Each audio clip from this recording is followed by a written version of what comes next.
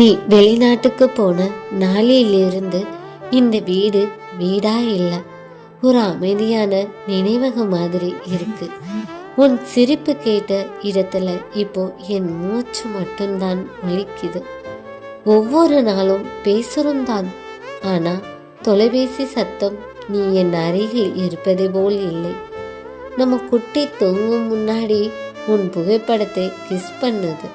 அதை பார்த்தா சிரிக்கணுமா அழணுமா தெரியல. நான் ஸ்ட்ராங்காக இருக்கிறேன், ஆனா இரவு வந்ததும் உன் தோல்ல சாய்ந்த அழனும் போல ஆகுது.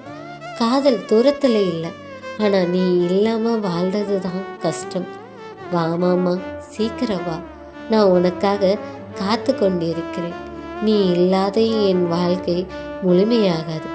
சீக்கிரம் வா மாமா, உனக்காக என்றும் உன் அன்பு மனைவி காத்து கொண்டிருக்கிறேன்.